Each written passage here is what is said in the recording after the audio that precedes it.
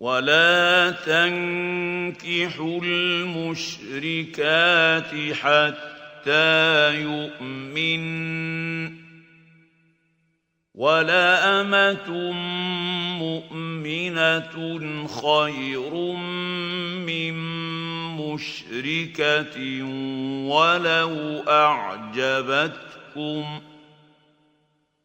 ولا تنكحوا المشركين حتى يؤمنوا ولعبد مؤمن خير من مشرك ولو أعجبكم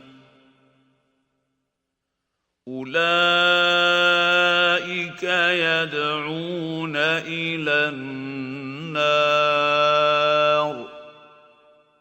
والله يدعو إلى الجنة والمغفرة بإذنه ويبين آياته للناس لعلهم يتذكرون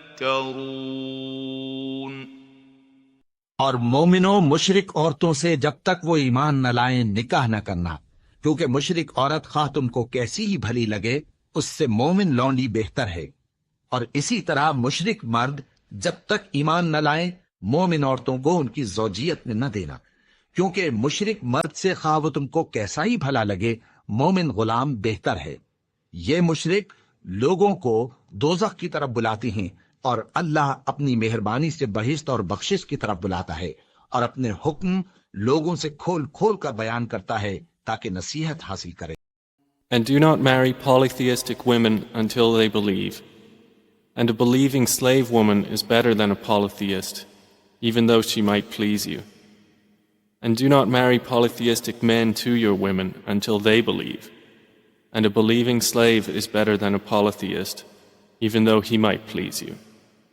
Those invite you to the fire, but Allah invites to paradise and to forgiveness by His permission. And He makes clear His verses to the people that perhaps they may remember.